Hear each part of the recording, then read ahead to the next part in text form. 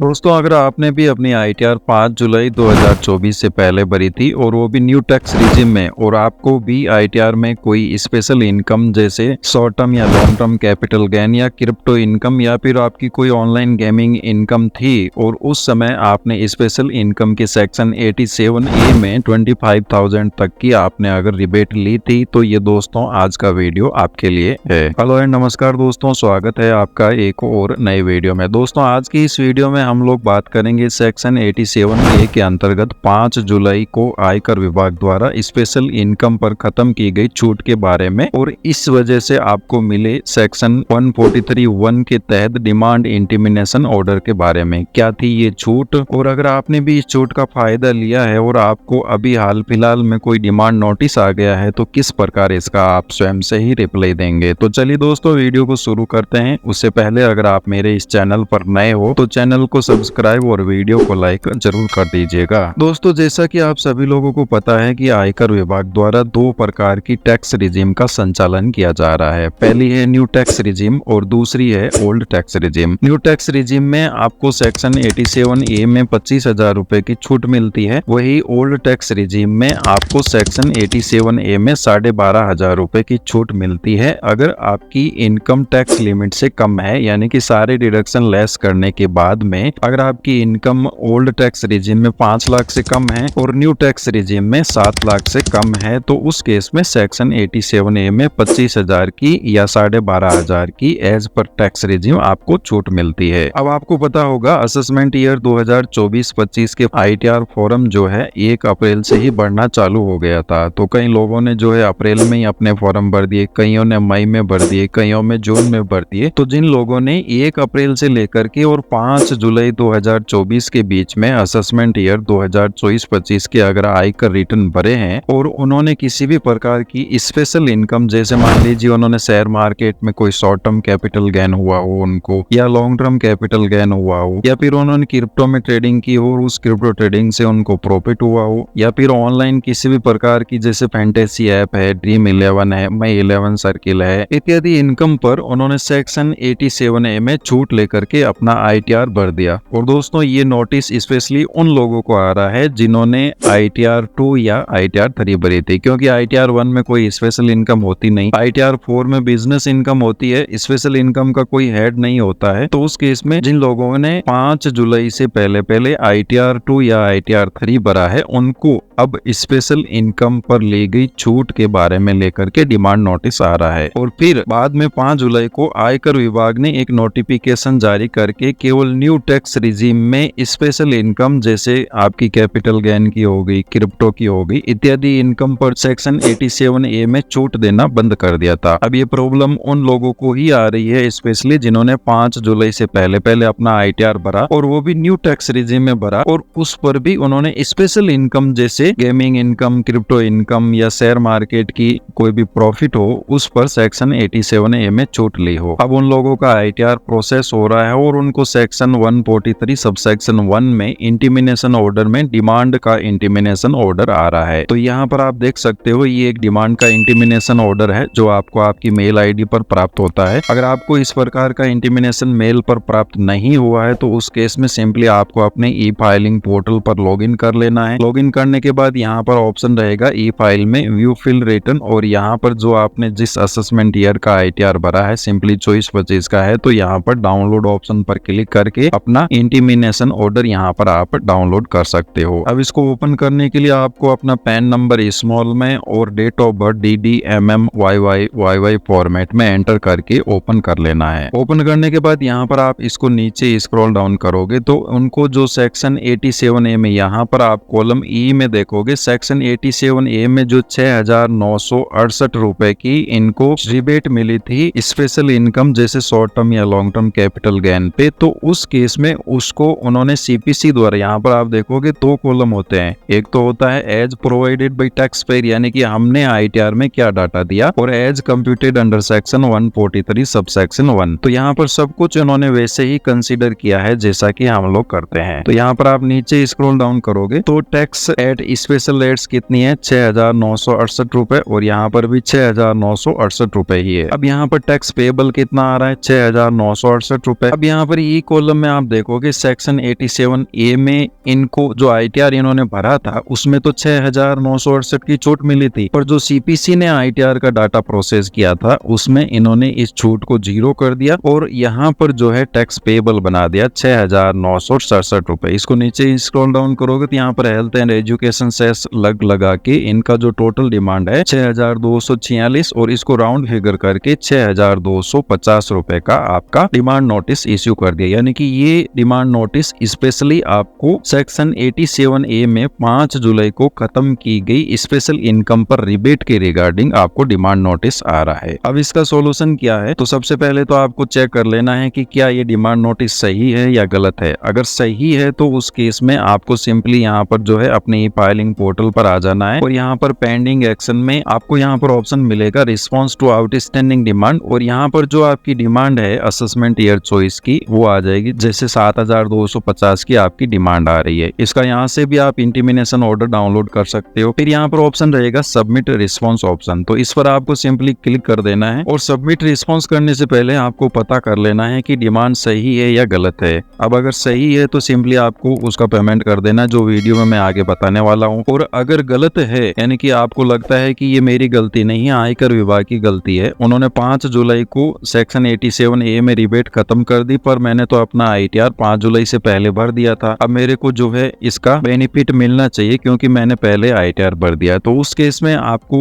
Option रहता है अपनी ITR को रिवाइज करने का। तो सिंपली आपको जो है अपनी ITR को कम्प्लीटली रिवाइज कर देना है, और रिवाइज करने के बाद में यहाँ पर ऑप्शन रहेगा डिसएग्री विद डिमांड, और यहाँ पर ऐड रिस्पॉन्स ऑप्शन में जो है 9th नंबर ऑप्शन रहेगा रेक्टिफिकेशन या revise return field at CPC। ये ऑप्शन सेलेक्ट करके आपको अप्लाई कर देना है। फिर यहाँ पर एक रीजन 1 आ जाएगा, सिंपली इस ऑप्शन पर क्लिक करना है और जितना अमाउंट आप डिसएग्री हो, जैसे 7,250 हम पूरा का पूरा डिसएग्री है, और उसके बाद में रिवाइज ऑप्शन सेलेक्ट करके एक्नॉलेजमेंट जो आपने रिवाइज ITR भरा है और उसका जो एक्नॉलेजमेंट नंबर है वो आपको एंटर करके सेव करके सिंपली आपको अपने डिमांड नोटिस का रिप्लाई दे देना है। अब अगर आपको लगता है कि आपकी डिमांड सही है तो उस केस में वापस आपको यहाँ पर आ जाना है और यहाँ पर पे नाउ ऑप्शन पर क्लिक करके 7,250 की जो आपकी डिमांड है सिंपली उसका आपको पेमेंट कर देना है। फिर जैसे ही आप अपनी डिमांड का पेमेंट सक्सेसफुली कर दोगे तो उस केस में आपके सामने एक इस प्रकार का चालान जनरेट होकर के आ जाएगा। सिंपली आपको उस चालान को डाउनलोड कर लेना है, उसके बाद में वापस आपको अगेन अपनी फाइलिंग पोर्टल पर चले जाना है और यहाँ पर सबमिट रिस्पॉन्स ऑप्शन पर क्लिक करना है। इसके बाद में डिमांड इज करेक्ट और इसको सिलेक्ट करके यहाँ पर yes already paid and challan as CI number यानी कि आपको सेकंड ऑप्शन सेलेक्ट करना है। फिर यहाँ पर नीचे ऑप्शन आएगा ऐड चालान डिटेल्स, इस पर आपको क्लिक करना है। फिर यहाँ पर जो आपको चालान जनरेट हुआ है ये वाला, इसकी डिटेल यहाँ पर फिल करनी है। जैसे यहाँ पर इसका हेड जो है outstanding demand regular assessment tax 400 है, तो आपको सिंपली जो है ये ऑप्शन सेलेक्ट करना है। फिर जितने का डिमांड अमाउंट हो वो आपको डाल देना है। फिर BSR कोड आपको ब्रांच का डाल देना है और उसके बाद में चालान का जो सीरियल नंबर है वो आपको यहाँ पर मिलेगा 00466, और फिर जिस डेट को आपने चालान का पेमेंट किया है वो सिंपली आपको सिलेक्ट कर लेना है। यहाँ रिमार्क में आपको कुछ भी लिख देना है और इसके बाद में यहाँ पर नीचे ऑप्शन रहेगा अपलोड चालान कॉपी, तो अटैचमेंट पर क्लिक करके जो आपने चालान डाउनलोड किया है सिंपली वो आपको यहाँ पर चालान की कॉपी अटैच करके फिर सेव ऑप्शन पर क्लिक कर देना है। फिर यहाँ पर आप देखोगे आपका आउटस्टैंडिंग डिमांड अमाउंट था 7,250 और चालान का